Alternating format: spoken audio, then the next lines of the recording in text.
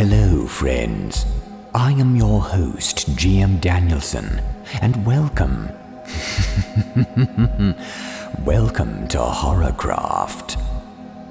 As you see from the video title, we are about to read scary asylum stories. It's been a while since we did this subject on the channel, and I think it is about time we did it again. So gather round, friends, gather round. Lend this old vampire your ears, and allow me to tell you a few stories. It is the best I can do, I'm afraid, especially since this virus has everybody on lockdown to one degree or another. Yeah, but come to think of it, that isn't too bad. You lending me your ears and I telling you some stories. Come to think of it, it is one of the better, at least one of the more productive ways of handling this lockdown. Grobbly, set up the chairs. Yes, master.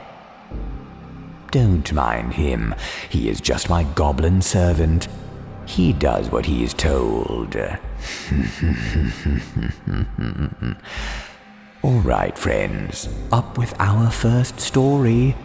It is a lovely little story too, friends. In fact, it mixes two of the best subjects, today's stated subject, as well as the paranormal. Double the fun for those of you who enjoy the latter as much as the former. This is a story, friends, about a few adventurers who visit the famed Essex Mountain Sanatorium and find more than they bargained for.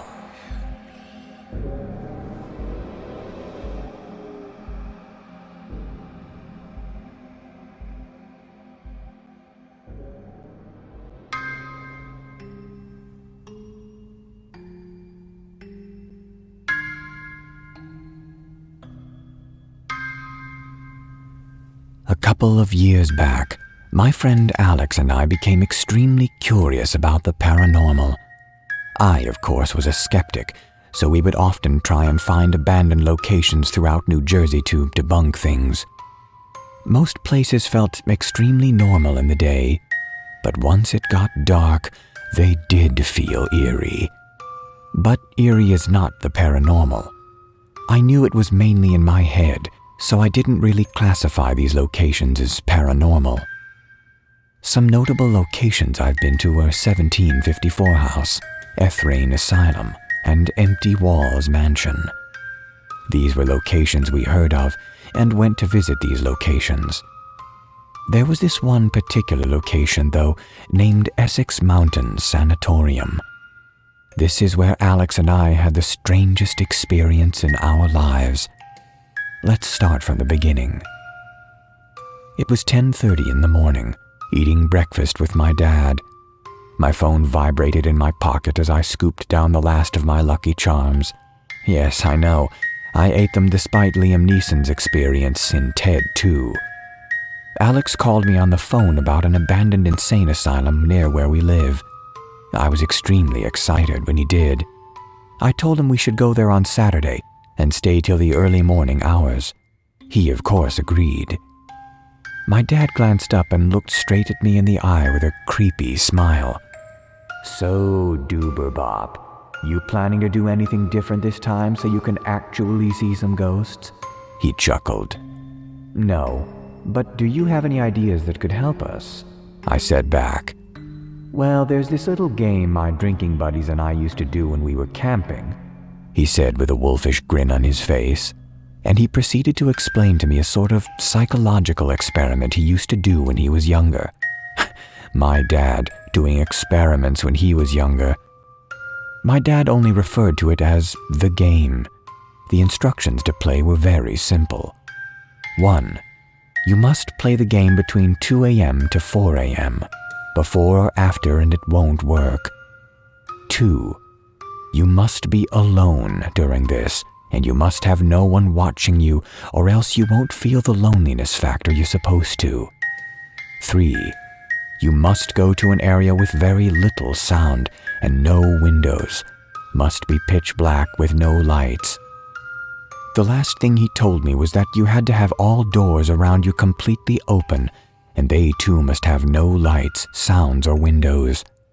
Sit in the middle of the room looking at the door that is open to both if there are 2 doors. I told him I would try this when we got there. He nodded and looked back at his newspaper. Fast forward to Saturday with Alex out in my front yard. He was wearing a red polo shirt and black shorts. He sort of looked like an Asian version of Tom Cruise, but a little bit shorter. Anyways, he picked me up, and about 2 to 4 hours in, we arrived at the Essex Mountain Sanatorium. We arrived at night, so the place really did look creepy. We bolted in the front entrance and tried to open the front door. It was locked. We found a small window we could fit in, though, and we immediately crawled through it. Pitch black. We couldn't see anything. Alex brought out his flashlight so we could see better. The area we ended up in wasn't so bad. It was a sleeping area for patients, I think, so we didn't really freak out that much. I mean, whether you're dead or alive, you do sleep. It's just a matter of how long. Then I remembered about the game my dad told about. I opened the door to the hallway and searched for rooms on which I could find the perfect room for the game. Open doors, no windows. I found a medical area room, so we went to check that out. I told Alex behind me to get to the bedroom area and stay there. He was confused, so I explained to him about my game, and he reluctantly agreed. I set up everything and made sure no lights were there. Not that there would be a working light bulb or acetylene lamp in a place this old. I opened the doors and sat in the middle of the room, staring at the 2 doors. I waited. I suddenly started seeing things after 20 minutes of starting the game. I saw shadows and heard whispers which I realized were my own. I glanced at the dark door to the left and saw a shadow outlined near the door. My brain started giving into the fear, and everything started to get worse. I started seeing my worst nightmares forming in the darkness. The grudge girl in particular took over most of my fears. In the corner of my eye, I saw someone's face. I knew I wasn't hallucinating. I stood up and ran like hell, forgetting about Alex in my panic. I went back to the bedroom after a while, though, when I realized what I'd done, and I saw Alex still there, also frightened. We pretty much both jumped out of the small window after that. We bolted for home. We went back to the car and started driving. Once inside, we were silent for the nearly 2-hour drive. I had the guts to finally speak. I asked Alex why he was so frightened. He told me that the whole time I was alone in the room, he had heard a woman screaming, coming from the room I sat in.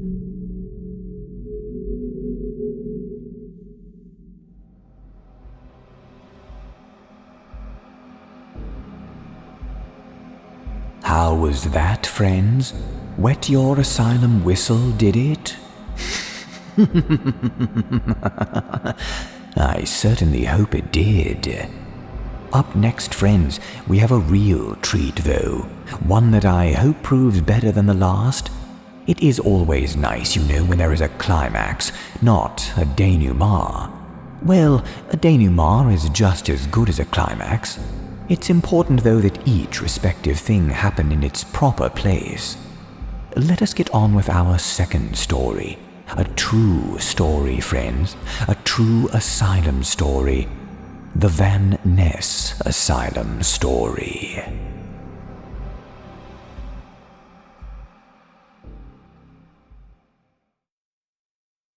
Being a devout fan of Creepypasta's True Story section, I felt compelled to share my story with other users. While it's nice to provide all of you with a chilling and entertaining story, keep in mind that I have a much greater goal in mind.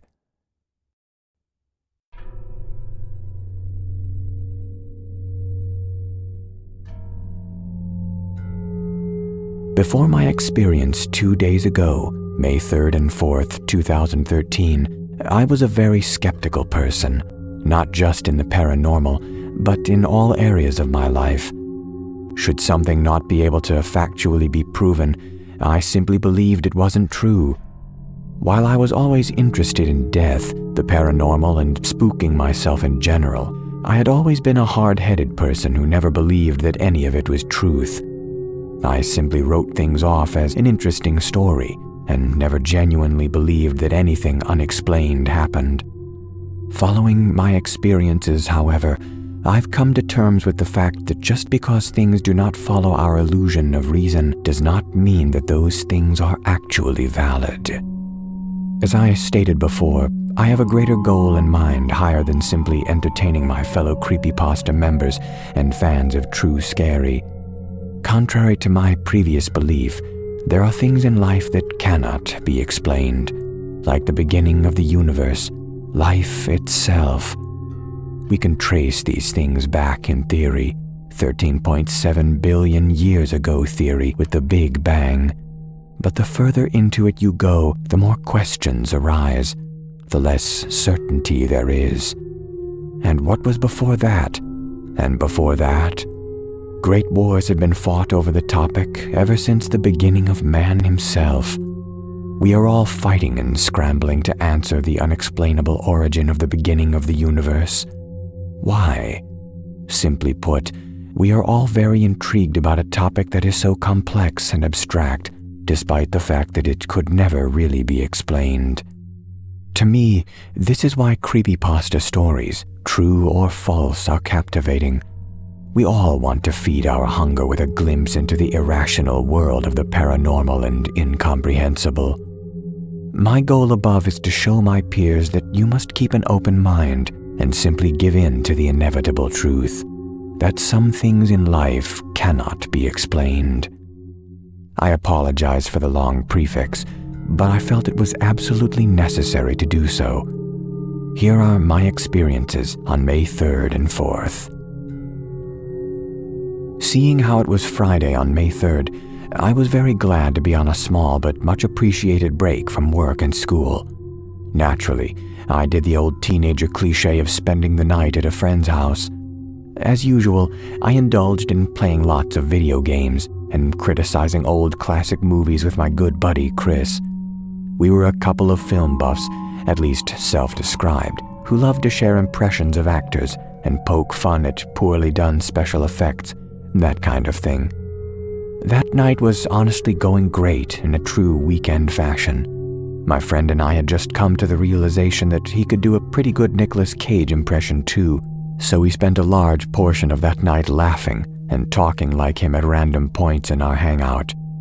When I attempted to follow in and give the impression a try, he shut me down and ridiculed me for doing a bad job. I shrugged and tried to laugh it off, but he continued to pursue berating me. Eventually, I grew tired of this negative criticism, and we had a small argument. It was no big shouting match or anything. We were used to this sort of thing because we made fun of each other all the time and sort of on a regular basis. It was only natural to have a little fight now and then. We always got over it within a day or two, though.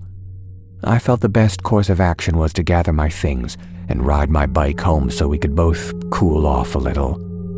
I was reluctant, though, to bike home because it was already really late. I was no stranger to riding home in the dark. It was actually a sort of routine because I got around a lot. It seemed I was always riding home in the late hours from someone's house. This time was different, however, because it was now 1:24 in the morning, May 4th now. I had only ever ridden my bike past midnight once or twice for an absolute emergency. I refrained from riding when it was very late because I always had a fear of gangs and other not-so-great characters who tended to be out at that time of night. Clouded of my better judgment by pride and anger, though, from the interaction we had just had, I put on my backpack, hopped on my bike, and blindly started off. I recalled the cool summer breeze that I had felt as soon as I began to ride home. It was very therapeutic to feel the wind relieving me of my stresses. I was now confident that I had made the right call to leave my friend's house, rather than stay there and wait in awkward silence until we both fell asleep. I continued to ride home for another 10 minutes. At this point, I was at a crossroads. Did I ride down Van Ness, or turn and head toward the main road where the hookers and gangsters usually hang out? I continued to go straight and head down Van Ness. Although this seemed like a no-brainer, it took some thinking and a fair amount of guts. Van Ness was a very tranquil street. It was filled with tall pine trees, very old pine trees, little traffic, a biker's paradise. At night, however, it was very different. Van Ness was a bit of a historic part of town, so it did not have streetlights. There were so many trees that even the moonlight could not really sneak through to illuminate the street. Me and my friends frequently joked that this was the darkest street in the world. Aside from being very dark, it was also quiet. So quiet that even the sound of crickets chirping would be relieving, because you would know that at least you were not completely alone. I had been riding on the street for a while now, and only about 3/4 of a mile remaining until I was at my street. I had gotten kind of used to this street, creep factor aside, and I was no longer a bit nervous about the spookiness. The spookiness seemed more like a solitude and was actually quite refreshing as the summer breeze. During the day, I frequently rode down Van Ness. As I had mentioned, it was a mecca for bikers. I was very familiar with all the buildings and fields on that stretch of road, so when I saw an unfamiliar building, it stuck out like a sore thumb. At the end of the long, dry field stood a tall, menacing mansion of a home, like straight out of a classic horror movie. I could totally imagine a thunderstorm in the background adding to the horrifying look of it. It was more pre-Gambrel style than true Victorian. I stopped pedaling and slowly passed the building by. The curiosity of the building began to burn a hole into my head. I knew that if I did not stop and analyze it, I would lose sleep wondering at what I had missed, so I turned around, dismounted from my bike, and stared at the building in awe. On the front of it was a green text, the same green that was used on this historic part of town in Van Ness. I was nearsighted, which meant that I needed to wear my prescription glasses to see far away. I reached in my pockets and realized that I had left my glasses at Chris's house in my hurry. Damn. I decided that I would have to get a closer look if I wanted to read what it said. I was way too enthused to simply call it a night on that note. I had to at least read what it said. I stepped onto the crunchy, dry field and proceeded to walk toward the building. My imagination was running wild, thinking of what on earth this sign would read. My mind was drawing blanks now as to what I thought it could have said. Finally, I got close enough to make out the words, Van Ness Asylum. Under that was a smaller subtext that I could not yet read. I did not know if I should continue to walk toward it, instead run like hell out of there. Once again, I figured I had to at least read the subtext. I walked a little closer and read the smaller print. 978 North Van Ness. I was so puzzled. I was so sure that I had seen this terrifying building before. I definitely would have looked inside it, and at the very least remembered that it was there. It was not often that you see an asylum, you know. Second, why would there be an asylum in the middle of all these nice homes in the first place? All of the homes surrounding the asylum itself looked to be built around the same period.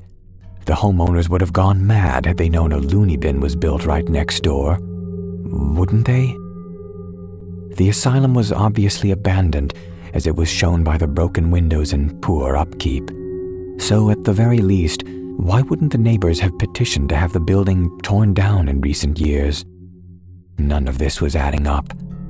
I decided I should call someone, at least to get their opinion. And Should I go in? Then the grim reality reminded me that it was about 2 a.m. All of my family and friends were asleep. Maybe not Chris, but he might still be mad at me. I contemplated going in by myself and paced back and forth with the idea. My entire life, I had been a kind of play-it-safe guy, afraid to branch out and try new things. In the past 2 years, I had tried to embrace the spontaneous side of life and try and learn to say yes. I had to be absolutely nuts, though, to go into an asylum on a dark street at 2 a.m, by myself, mind you. But imagine what you'll find. I recalled watching YouTube videos of people like Exploring with Josh, who would break into, politely explore condemned asylums and see what they found. The idea fascinated me, but at the same time, I didn't think I had it in me. I couldn't possibly, could I? Once again, clouded by my better judgment, this time by intense curiosity and the drive to take a chance and explore, I proceeded for an opening into the building. I circled it and gave reasons, like that hole is too small, or I'd rip my t-shirt there for sure. Soon, I realized I was making sorry excuses to delay the exploration. I psyched myself up and crammed myself through the broken window. Once inside, I saw no signs of graffiti, old soda cans or cigarette butts that would imply that anyone had been there since it was boarded up and deserted. The absence of this detritus scared me. If someone had been there before, I would have at least known whatever dangers may be in here. Someone had encountered them before me. I had a very annoying habit of scaring myself when having a clear, non-timid mindset was important. I used the flashlight that I attached to my bike and navigated through the dark, cold building. Because this was virgin ground since the boarding up, the inside of the asylum was very well preserved.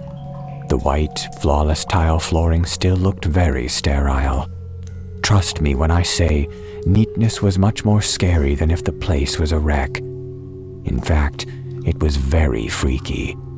Papers were scattered about from where they were extracting files and sensitive patient information. But other than the papers, the place was pristine, spotless. No mirrors broken, no cracked porcelain toilets or tubs, no urine and excrement all over the walls like you would expect. Next, I focused on paying attention to where I was and where I was headed. Where were the patients' bunks? Where were the operating rooms? And where was the morgue? It seemed I was in the admissions area where you would be checked in and out. I walked down a narrow hallway and found a cluster of operating rooms. They were complete with the antiseptic metal tables, stripped of all warm, comfortable sheets and pillows. To my chagrin, or the preservation of my sanity, I didn't find any scalpels or bone saws. I presumed that these tools had been removed for safety concerns. I scavenged through drawers and found surgical tubing, respirator masks, sterile gloves still sealed in their boxes. It was so odd to see that aside from the scattered papers and no chairs or furnishings, the place still contained a lot of things necessary in keeping it an operational facility. I continued through the asylum and found that the pattern on the floor had changed. The tiles were a different color now, almost a yellowish brown. In fact, the tiles were also very much smaller. I noticed that every few feet there were drains on the floor. I looked up and around and saw lockers where I assumed scrubs and other gear were stored. I put it all together and made the conclusion that I was in the morgue.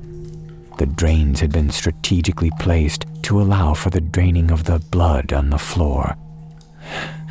A truly haunting thought. My whole time in there, I heard a few creaks and whatnot, but just blamed them on my stepping and the age of the floor on which I was walking. I had been in there about 6 minutes when finally I heard something that absolutely made my stomach drop. The only thing I could assume the sound was a drawer to the morgue refrigerator slamming shut, the large lockers where the deceased are stored before burial. I did not explode and bolt out of there, though. I knew that if I had done that, I would have gotten really scared that something was right behind me chasing me. I tried to keep calm, though, and walk out of that place without a panic. But in the back of my mind, I knew that I had never been so scared in my life.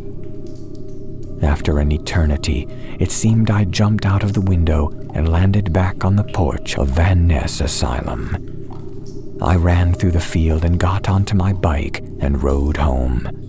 But it was not like my endeavor was over. I still had to ride nearly a mile home in anguishing fear on the dark, deserted streets. Soon I was home, safe and sound. I was so shaken up that I didn't think I could return to living a normal life again. Falling asleep that night was, as you can imagine, very difficult. I pushed through it, though, and the next day I actually felt a lot better. Now, suppose I could have sullied the story by making up some nonsense about how I saw a figure, or something touched me, or there was blood all over the walls or floor. I know that some people would prefer to have those truly horrifying experiences, or at least would prefer to have them in a story like this. But for me, I wanted to stay true to heart and not spoil a true and scary story. Need not worry, however. But here is the paranormal, truly unexplainable part. Yes, there is that part to this story too. The next day, I called up my friend Chris, and it seemed both of us were done being mad, thankfully. As a result, I told him about what had happened and my experience the previous night. He was so intrigued that he invited me over, and I told him I'd be there in an hour. I rode to his house and was there in about 40 minutes. I must have pedaled faster than normal. I was very excited to tell him about it in person. He was so amazed, in fact, that he decided he wanted to go and look at the asylum for himself. He too rode down Van Ness at least twice a year, and did not recall seeing an asylum himself, day or night. I was very much still traumatized by the last night, though, but at the same time, I really wanted to show off the fact that I had gone into that scary fucking place all by myself. In the end, we both decided we'd take a bike ride down Van Ness to see the building. When we arrived there at about 3 p.m. 30 minutes later, we had some trouble finding the house. I recalled the length and shape of the field of the asylum and saw a field that matched it, except for no menacing asylum on top of it. This didn't make any sense. It didn't add up, just like the asylum being there in the first place. I didn't understand. But as I stated earlier, there are just some things in life you cannot explain.